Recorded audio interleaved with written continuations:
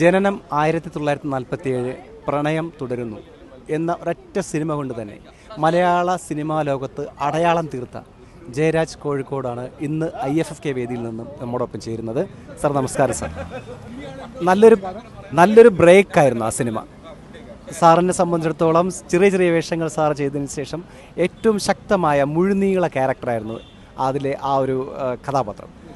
ഒരു ശരിക്കും നായക തുല്യം, നായക പ്രാധാന്യം, നായകൻ തന്നെയാണെന്ന് പറയാം, നായകൻ തന്നെയാണത്. അപ്പോൾ ആ സിനിമ എങ്ങനെയാണ്, അതിൻ്റെ ആ ഒരു സാഹചര്യം എങ്ങനെയാണെന്നൊന്ന് പറയാം. അത് എനിക്ക് കിട്ടുന്നത് നമ്മുടെ ഹെലൻ എന്ന് പറഞ്ഞ പടം ഞാൻ ചെയ്തിരുന്നു. ഹെലൻ എന്ന് പറഞ്ഞ പടത്തിലെ വളരെ ശ്രദ്ധേയമായൊരു വളരെ ചെറിയ സീനാണ് ഇത്. ആ പടത്തിലുണ്ടായിരുന്ന മറ്റുള്ളവരെ അപേക്ഷിച്ച് വളരെ ചെറിയ സീനായിരുന്നു. പക്ഷേ ആ സീൻ വളരെ ശക്തമായ ഒരു സ്ഥലത്തും വളരെ ശക്തമായ ഒരു സംഭവം പറയുന്നത് കൊണ്ട് വളരെയേറെ ശ്രദ്ധിക്കപ്പെട്ടു എന്ന് മാത്രമല്ല, അതിൽ ഞാൻ ഒരു ആക്ടറാണെന്നുള്ള രീതിയിൽ തെളിയിക്കപ്പെട്ടു എന്ന് വേണമെങ്കിൽ പറയാം. അപ്പോൾ അത് കണ്ടിട്ടാണ് എന്നെ അഭിജിത്ത് എന്ന് പറയുന്ന ഒരു പയ്യൻ എന്നെ വിളിക്കുന്നതും ഈ പടത്തിന് വേണ്ടി വർക്ക് ചെയ്യാൻ വേണ്ടി പറയുന്നത്. അപ്പോൾ അവർ ഇത് നിങ്ങൾ പോലെ വളരെ ചെറുപ്പക്കാരെ കുറച്ച് കുട്ടികൾ മാത്രമാണ്. അവരുടെ ഒരു ക്യാമറയുണ്ട്, പിന്നെ കുറേ മരുന്നുകളുണ്ട് അവരുടെ കയ്യിൽ, അത്ര മാത്രമല്ല. സാമ്പത്തികം വളരെ കുറവാണെന്നൊക്കെ പറഞ്ഞില്ല. അങ്ങനെ തുടങ്ങിയൊരു പടമാണത്. അത് എന്തോ ദൈവാധീനം കൊണ്ട് നന്നായി വരികയും പിന്നെ അത് ഞാൻ എൻ്റെ ആക്ടിങ്ങിൻ്റെ 90% പുറത്തു വരാനുള്ള പ്രധാന കാരണം എൻ്റെ കൂടെ അഭിനയിച്ച നായികാവേഷം ഇട്ടിരുന്നത് തമിഴിലെ വളരെ പ്രസിദ്ധമായ നമ്മളെ മലയാള സിനിമയിലെ പിന്നെ നമ്മുടെ ശോഭനയെ പോലെ തമിഴ്നാട്ടിലെ വളരെ പ്രസിദ്ധമായ വലിയൊരു ഡാൻസ് ഗ്രൂപ്പിൻ്റെ പിന്നെ വിദേശത്തൊക്കെ പോയി ഡാൻസ് ചെയ്യുന്ന അവരുടെ ഒരു ടീച്ചറായിരുന്നു. അവർ ക്ലാസിക് 1-2 സിനിമകളിലൊക്കെ അഭിനയിച്ചിട്ടുണ്ട്. അവരുടെ ആക്ടിങ് കൂടിയാണ് നമ്മളെ ഈ ആക്ടിങ് പുറത്തേക്ക് വരാനുള്ള പ്രധാന കാരണം.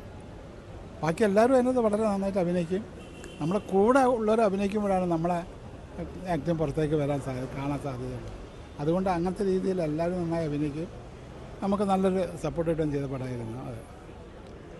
ഓക്കെ സാർ, അപ്പോൾ ഈ IFFK വേദിയിൽ ഇപ്പോൾ ഇന്ന് 3-ാം ദിവസമാണ്. സാർ ആദ്യത്തെ ദിനം മുതൽ ഇവിടെയുണ്ട്. സാറ് സിനിമകൾ കണ്ടോ? ഏതൊക്കെ സിനിമ കണ്ടു? അങ്ങനെ ഇപ്പോൾ കണ്ട സിനിമകളെക്കുറിച്ചുള്ള എന്തെങ്കിലും ഒരു അഭിപ്രായം ഒന്ന് പറയാം. ഞാൻ സിനിമ വളരെ കുറച്ചേ കണ്ടിട്ടുള്ളൂ. കാരണം ഞാൻ ഒരു 8 വർഷം മുമ്പ് വന്നതാണ്. പിന്നെ കുറേ ബ്രേക്കായി നിന്നു. 8 വർഷത്തിന് ശേഷമാണ് ഇപ്പം ഞാൻ വീണ്ടും ആദ്യമായിട്ട് വരുന്നത്. അപ്പം ഈ പടങ്ങളെ കുറിച്ച് പറയുമ്പം അന്നത്തേത് ഇന്നത്തേത് വളരെ വളരെ വ്യത്യാസങ്ങൾ വരുന്നുണ്ട്. അന്ന് ഞാൻ വരുന്ന സമയത്ത് കുറേ പ്രായമുള്ള ആളുകളും താടി മീശ മുടിയുള്ള അങ്ങനത്തെ ബുദ്ധിജീവികളുള്ള കുറേ ആളുകളായിരുന്നു. അവർ കുറ്റം പറയല്ല, അന്ന് അങ്ങനെ ആയിരുന്നു. പിന്നെ അന്ന് ഇത്രയും കുട്ടികളുള്ള പ്രവേശന കാര്യങ്ങൾ വരുങ്ങനില്ലായിരുന്നു.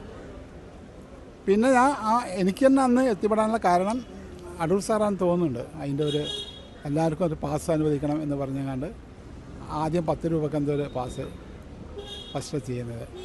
അങ്ങനെയാണ് ഞാൻ ഇവിടെ എൻട്രി ചെയ്യുന്നത്.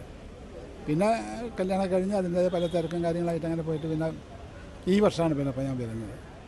അപ്പം ഈ IFFK എന്ന് പറയുന്ന സമയത്ത് വളരെ വളരെ വ്യത്യാസങ്ങളാണ്. കാരണം ഇപ്പോൾ അങ്ങനെ വർണ്ണപ്പകിട്ടുകളായിട്ട് നിറച്ചും വളരെ വളരെ യൂത്തായ കുറേ കുട്ടികൾ. പിന്നെ രണ്ടാമത് ഞാൻ എൻ്റെ ഒരു ഫ്രണ്ട് പോയിട്ട് ഇപ്പം പാസിനെ അന്വേഷിച്ചപ്പോൾ പാസ്സില്ല, ഫുള്ളാണ്, അത്രയും ഫുള്ളാണ്. അപ്പോൾ അത്രയും കാര്യങ്ങൾ ഇത് ഡെവലപ്പ് ചെയ്ത് പോയി എന്നുള്ളതാണ് ഒരു കാര്യം. പുതിയ പ്രോജക്റ്റിനെ കുറിച്ച് എൻ്റെ പുതിയ പ്രോജക്റ്റ് ഇപ്പോൾ ഉള്ളത് അതൊരു പടമാണ്. പിന്നെ നാളെ മറ്റന്നാൾ 3-ാം തീയതി പടം റിലീസാവുന്നുണ്ട്. എന്താണ് വല്ലഭൻ, അങ്ങനെ എന്താണ് പേര് ഫിക്സ് ചെയ്തിട്ടില്ല. പിന്നെ ഇത് എന്ന് പറഞ്ഞ പടം വളരെ ശ്രദ്ധിക്കപ്പെടുന്നൊരു പടമാകാൻ സാധ്യത. മറ്റേ അതിൽ തന്നെ വളരെ ശ്രദ്ധിക്കും. കാരണം കണ്ടു കാണാത്ത ഒരാളുടെ അന്നത്തെ പ്രണയം തുടരുന്നതിൻ്റെ നേരെ ഓപ്പോസിറ്റായിട്ടുള്ളൊരു വേഷമാണ് ചെയ്യാൻ കിട്ടിയിരിക്കുന്നത്. പിന്നെ ഡയറക്ടർ നല്ല രീതിയിൽ ഡയറക്റ്റ് ചെയ്ത് അങ്ങേര് നമ്മുടെ സിബി മലയുടെ അസോസിയേറ്റായിരുന്നു, തോമസ് സെബാസ്റ്റ്യൻ എന്ന് പറയുന്ന അവരാണ് ഡയറക്റ്റ് ചെയ്തിരിക്കുന്നത്. അത് നന്നാവുന്നുള്ള സാധ്യത ഉണ്ടെന്ന് വിചാരിക്കണം. ബാക്കിയൊക്കെ ഇനി പ്രേക്ഷകരുടെ കയ്യിലാണ് ഇതിൻ്റെയൊക്കെ കാര്യങ്ങൾ. അത് ഈ ഫെബ്രുവരിയിൽ റിലീസാവുമെന്ന് വിചാരിക്കുന്നു.